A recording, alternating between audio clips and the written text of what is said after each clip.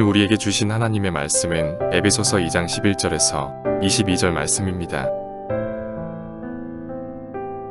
그러므로 생각하라. 너희는 그때 육체로는 이방인이여 손으로 육체에 행한 할례를 받은 무리라 칭하는 자들로부터 할례를 받지 않은 무리라 칭함을 받는 자들이라.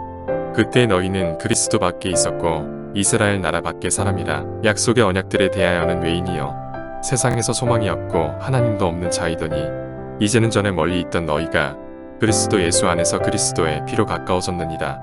그는 우리의 화평이신지라 둘로 하나를 만드사 원수된 것 곧 중간에 막힌 담을 자기 육체로 허시고 법조문으로 된 계명의 율법을 폐하셨으니 이는 이 둘로 자기 안에서 한 세 사람을 지어 화평하게 하시고 또 십자가로 이 둘을 한 몸으로 하나님과 화목하게 하려 하심이라. 원수된 것을 십자가로 소멸하시고 또 오셔서 먼 데 있는 너희에게 평안을 전하시고 가까운 데 있는 자들에게 평안을 전하셨으니 이는 그로 말미암아 우리 둘이 한 성령 안에서 아버지께 나아감을 얻게 하려 하심이라. 그러므로 이제부터 너희는 외인도 아니여 나그네도 아니여 오직 성도들과 동일한 시민이여 하나님의 권속이라. 너희는 사도들과 선지자들의 터 위에 세우심을 입은 자라. 그리스도 예수께서 친히 모퉁이 돌이 되셨느니라. 그의 안에서 건물마다 서로 연결하여 주 안에서 성전이 되어가고 너희도 성령 안에서 하나님이 거하실 처소가 되기 위하여 그리스도 예수 안에서 함께 지어져 가느니라.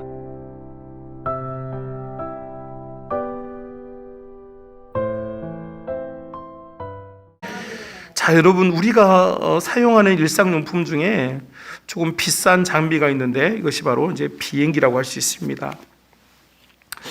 자, 그런데 이 비행기는 그냥 잘 날아다니는 게 아니고 이 비행기는 여러분도 타보셔서 아시겠지만 늘 점검을 합니다. 그죠? 그래서 랜딩했을 때 또 이륙하기 전에 많은 사람들이 달라붙어서 비행기를 점검해 줍니다. 또 주기적으로 비행기를 돌보는 데는 A부터 D 단계까지 여러 단계가 있고 짧게는 운행을 하지 않고 일주일, 길게는 한 2달 이상 비행을 하지 않고 상세 점검을 한다고 합니다. 아니, 운행을 계속해야 수익을 낼 수 있는데 왜 이렇게 많은 점검을 하는 걸까요? 이유는 간단합니다. 만약에 비행기가 사고가 나면 많은 인명이 피해를 받기 때문에 많은 점검을 하는 것입니다. 저는 우리의 신앙도 이와 비슷하다. 특별히 이 성찬이 그렇다라는 생각을 하게 됩니다. 여러분, 우리 초대교회는 매주일마다 성찬을 했습니다. 종교개혁 시대에는 이 성찬을 너무 자주 행하다 보니까 성찬의 의미를 성도들이 자꾸 훼손하는 것 같아서 성찬을 한 달에 한 번 정도 시행을 하였습니다.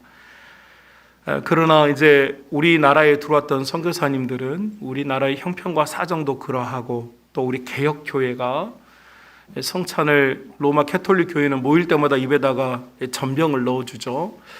그래서 이것이 우리 성도들이 늘 이렇게 자기의 믿음을 살피게 좀 훼손되는 것 같다. 그래서 1년에 2번 정도 우리가 이렇게 봄에 한 번, 가을에 한 번 성찬을 하고 있습니다. 저는 이 성찬이 바로 비행기가 점검받아서 안전한 것처럼 우리의 신앙을 점검할 수 있는 기회가 된다고 생각합니다. 여러분, 우리 성만 가족들도 특별히 이 성찬에 참여하게 되면서 우리의 믿음과 신앙을 점검하고 여러분의 믿음이 잘 가고 있는지 안전한지 살펴보아서 크고 놀라운 하나님 은혜를 누릴 수 있기를 주님의 이름으로 축복합니다. 오늘 11절 사도 바울은 점검한 내용을 우리 자신의 과거에서 보고 있습니다. 11절 같이 읽어볼까? 시작. 그러므로 생각하라.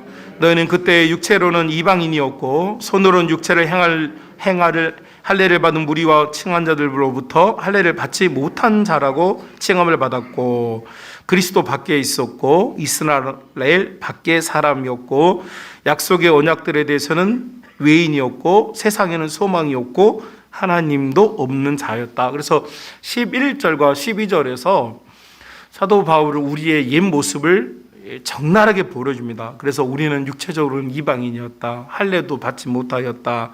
우리는 그리스도 밖에 있었다. 그리스도가 없으니 소망이 없었다. 소망이 없으니 하나님도 없는 자였다.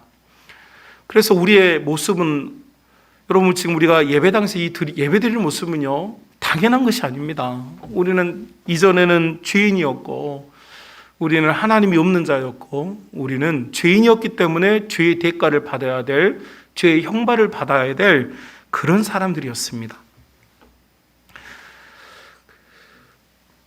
이 사도 바울이 왜 에베소 교회에게 이런 편지를 썼을까요?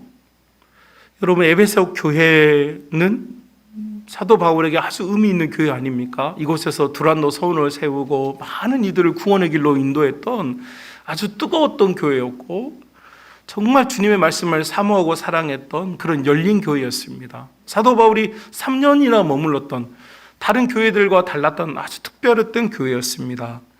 자, 그런데 에베소 교회 교인들의 가슴에 문제가 생겼다는 거죠. 어떤 문제일까요? 그들이 믿고 있는 이 구원의 길, 믿음의 길에 뭔가 상당한 문제가 생겼다. 여러분, 원래 우리는 하나님과 관계가 없던 존재였고, 원래 우리는 하나님에게서 떨어져 있었던 존재였어요. 그런데 무슨 일이 일어났느냐? 2장 13절 한번 보실까요? 읽어봅시다. 시작. 이전에 전에 멀리 있던 너희가 그리스도 예수 안에서 그리스도의 피로 가까워졌다. 이렇게 말씀하고 있습니다. 원래는 아무 사이가 아니었는데 그리스도의 피로 우리가 가까워진 사이가 되었다. 예수님의 피가 하나님과 우리 사이에 화평과 평화를 가져왔다. 그래서 2장 14절에 보니까 그는 우리의 화평이신지라 둘로 하나를 만드셨다. 하나님과 우리 죄인된 인간 사이가 원래는 분리되어 있었는데 예수 그리스도께서 이것을 하나로 만드셨다. 이것에 대해서 말하는 사이가 되었다라고 사도 바울이 말하고 있습니다. 자, 그러나 여러분, 이것은 당연한 것이 아니라는 겁니다. 이것은 당연한 것이 아니에요. 출애굽기 12장 13절, 출애굽기 24장 8절, 출애굽기 30장 10절 말씀해 보면 계속해서 무슨 얘기가 나오느냐?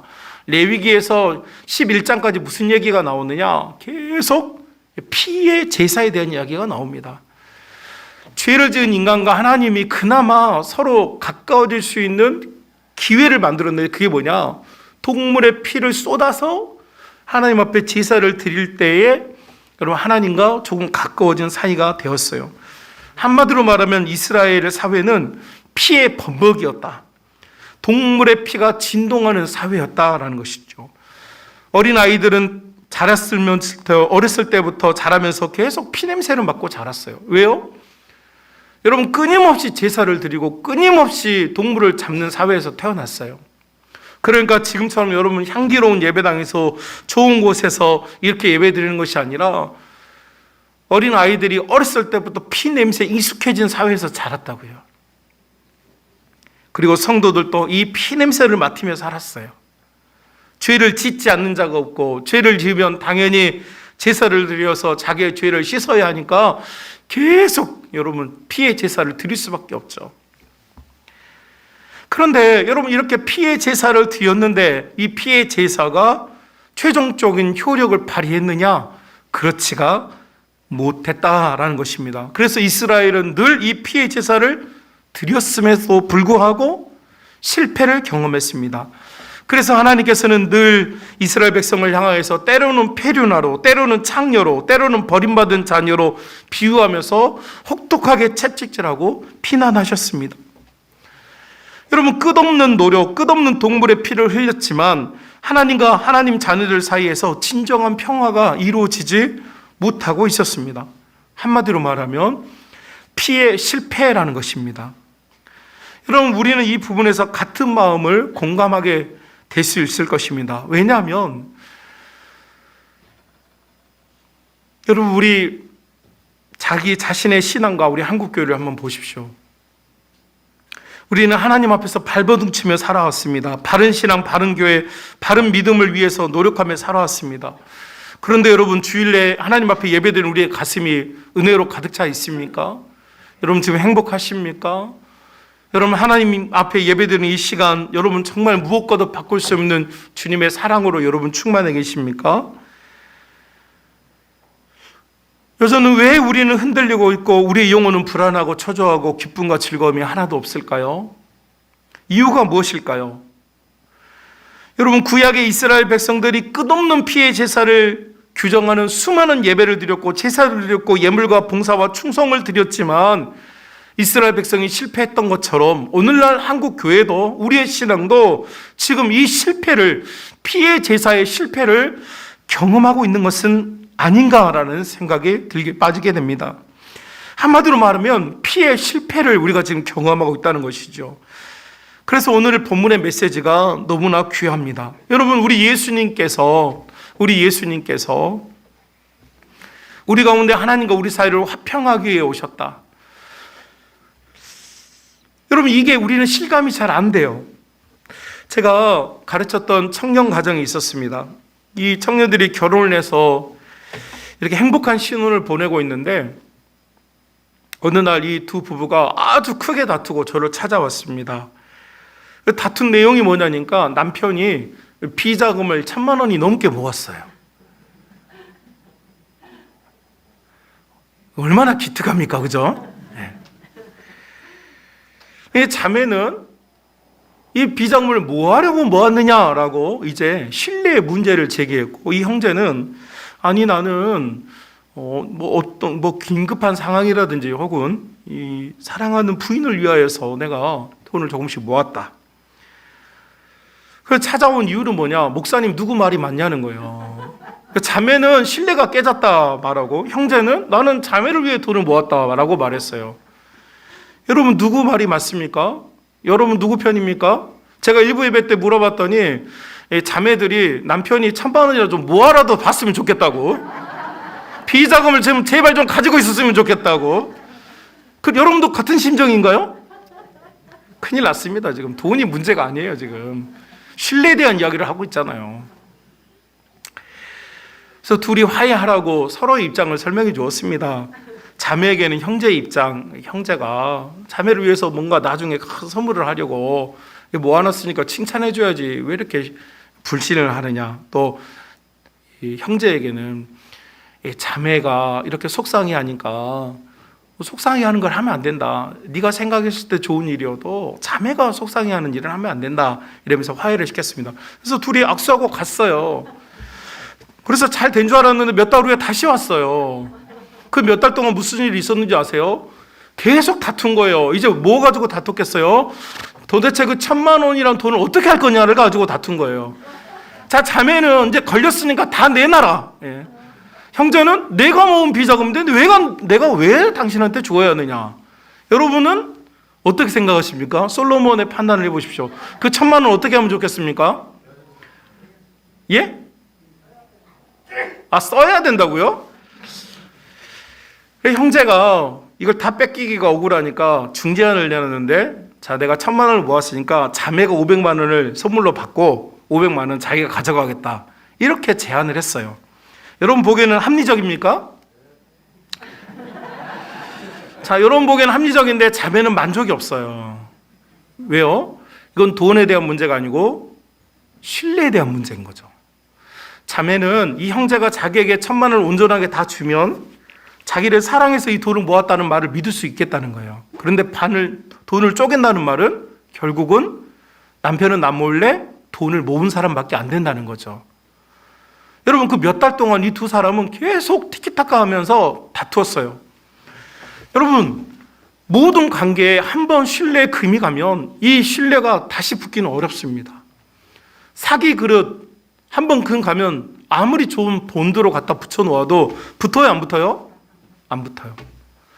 하나님과 인간 사이에 신뢰가 깨졌어요. 하나님이 인간을 더 이상 못 믿겠대요. 하나님의 명령에 불순종하여서 자기의 길로 가버린 이 인간을 더 이상 믿을 수가 없다. 이것이 하나님의 입장이에요. 사람들은 내가 피의 제사, 내가 가진 이 여러분 양이나 소가 여러분 보기에는 어떨지 모르겠지만 고대 사회에 이게 다 재산이란 말입니다, 여러분. 그러니까 하나님 앞에 늘 이 재물을 갖다 바친다는 것은 엄청난 재정적인 헌신을 하는 거예요. 그것도 우리가 말하는 것처럼 뭐 건물 예배당이 지어져 가고 또 무슨 좋은 교회에 필요한 물품을 이런 것도 아니에요, 여러분. 말 그대로 잡아 죽이고 끝나는 거예요. 남는 게 없어요. 사람에게도 남는 게 없고 하나님에게도 남는 게 없잖아요, 재물을 드리는 것이. 그러니까 얼마나 쌍방간의 손해입니까? 그런데도 이스라엘 백성들은 끊임없이 그랬어요. 왜요? 하나님과 우리 사이, 하나님과 내 사이의 신뢰가 회복되기를 원합니다라고 엄청난 노력을 했단 말이에요. 그런데 이 피의 노력은 아무런 열매를 맺지 못하고 피의 노력은 실패가 되고 말았다라는 것이죠. 자, 그러나 이 모든 것이 실패가 되었을 때 이것을 성공시킨 분이 있으세요. 바로 그분이 예수님인 줄로 믿습니다. 하나님과 우리 사이에 깨어져 버린 신뢰, 깨어져 버린 이 죄라고 하는 문제를 예수님께서 자기의 피로 말미암아 이 문제를 해결해 주셨고, 막혀있던 담을 허물어 주심으로 말미암아 우리가 이제 하나님과의 관계가 회복된 줄로 믿습니다. 그래서 예수님께서는 우리의 깨져버린 이 관계를 붙여주는 중재자이시고 유일한 중보자가 되시고 예수님의 피만이 유일한 대안이고 유일한 통로가 되는 줄로 믿습니다. 사람의 어떠한 노력이나 성실이나 경험으로 절대로 만들어지지 아니하고 오직 예수 그리스도의 보혈의 피만이 우리에게 하나님의 은혜와 영광을 안겨다 주는 줄 믿습니다. 오늘날 많은 교회들이 위기를 맞이하고 많은 성도들이 위기를 맞이하였습니다. 왜일까요? 저는 생각해 보았습니다. 우리는 노력합니다. 피의 제사를 드리는 것처럼 많은 헌신을 합니다. 많은 봉사를 합니다. 많은 노력을 합니다. 그러나 여러분, 그 안에는 예수님이 계시지 않습니다. 여러분, 우리 이걸 깨달아야 합니다. 여러분, 우리가 하는 충성과 봉사가 헛되다는 이야기가 아닙니다. 여러분, 예수님 없는 충성과 봉사는 자기 노력일 뿐이고 그 안에는 참된 평화가 없습니다. 제가 중학교 2학년 때부터 저희 모교회부터 찬양팀을 찬양 인도를 했습니다. 우리 교회 부임할 때 42살에 부임했는데 그때까지 찬양팀을 한 번도 쉰 적이 없습니다. 많은 청년들, 많은 젊은이들, 많은 분들과 함께 했고, 여러분 찬양팀 얘기를 하는 이유가 뭡니까? 교회에서 소위 가장 열심히 있는 사람들이 찬양팀 성가대 합니다. 그런데 그들과 함께하는 시간 동안 하나님께 영광도 돌리고 예배도 드리고 많은 훈련도 했고 많은 즐거울 때도 있었고 많은 행복할 때도 있었지만, 여러분, 제가 어느 날 깨닫게 된 것이 무엇이냐? 나의 헌신과 봉사에 예수님이 시작하지 않으면 아무 의미가 없다는 겁니다.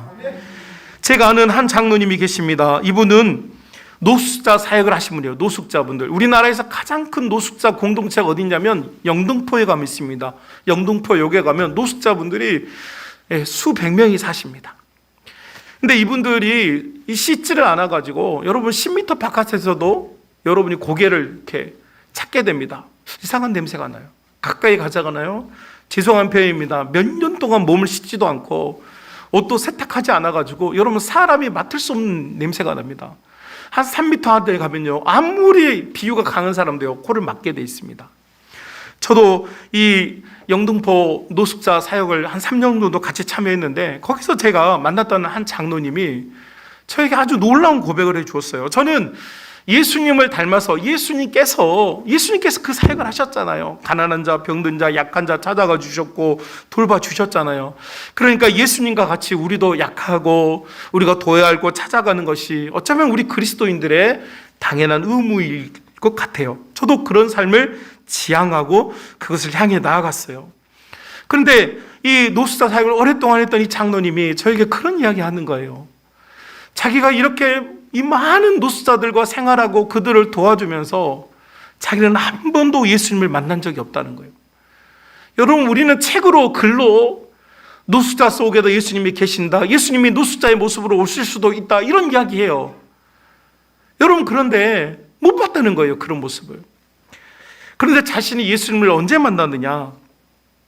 노숙자가 아닌 아무도 없는 예배당에서 너무 힘들어서, 인생이 너무 괴로워서 홀로 울고 있을 때 예수님께서 자기를 찾아와 주셨고 자기를 위로해 주셨다는 거예요.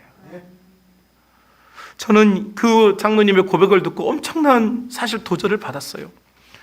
여러분, 우리가 충성과 봉사와 심지어 목회자 혹은 장로님, 권사님들, 교회 중직자분들, 성가대원들, 찬양팀 인도자들, 찬양팀 하는 분들, 교회에서 소위 말해서 끝없는 열정과 헌신을 가지고 교회를 섬기는 분들, 여러분, 우리가 가장 두려워해야 할 일이 무엇인 줄 아십니까? 바로 예수님 없이 이 일을 하는 것입니다. 여러분, 우리 많은 한국 교회와 많은 성도들이 지금 예수님 없는 헌신, 예수님 없는 봉사, 예수님 없는 예배를 드리는 것 같아서 너무 안타까워요.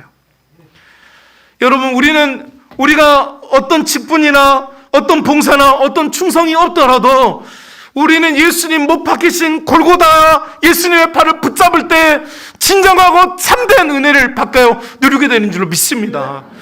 여러분, 우리는 예수님이 우리가 얼마나 많은 오랫동안 봉사를 했느냐에 대해 관심이 없으세요. 그분은 지금 우리가 어디 있느냐에 관심이 있어요. 우리가 예수님의 발을 붙잡고 피 흘리신 그 십자가 앞에서 우리 예수님을 붙잡고 있다면 우리는 성공하고 믿음 있는 인생이 되는 것이고, 강단에 서서 크게 외치는 설교자가 되었어도 십자가에서 멀어져 있다면 여러분, 그 사람은 아무것도 아닌 것입니다. 지금 내 신앙이 예수님의 발을 붙잡고 있는 신앙인지, 내가 하고 있는 일들이 예수님 때문에 하고 있는 일들인지 여러분, 우리가 돌아봐야 할 때에 우리 속에 참된 은혜, 참된 역사가 나타나는 줄로 믿습니다.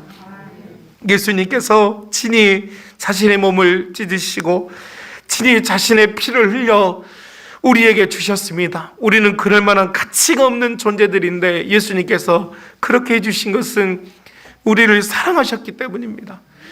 여러분, 우리가 예수님 못 박힌 십자가를 사랑하지 아니하고 어떻게 예수님을 따른다고 할 수 있겠습니까? 우리가 봉사를 많이 하고 충성을 많이 한다 해도 여러분, 예수님이 없는 충성과 봉사는 아무것도 아닙니다. 사랑하는 우리 성만가족 여러분, 저는 우리 성만교회가 십자가 앞에 머무는 교회가 되었으면 좋겠습니다.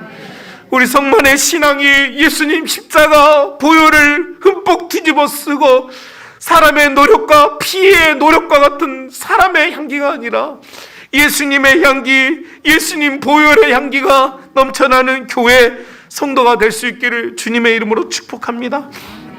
우리 예수님께서 우리를 지금 골고다로 부르십니다.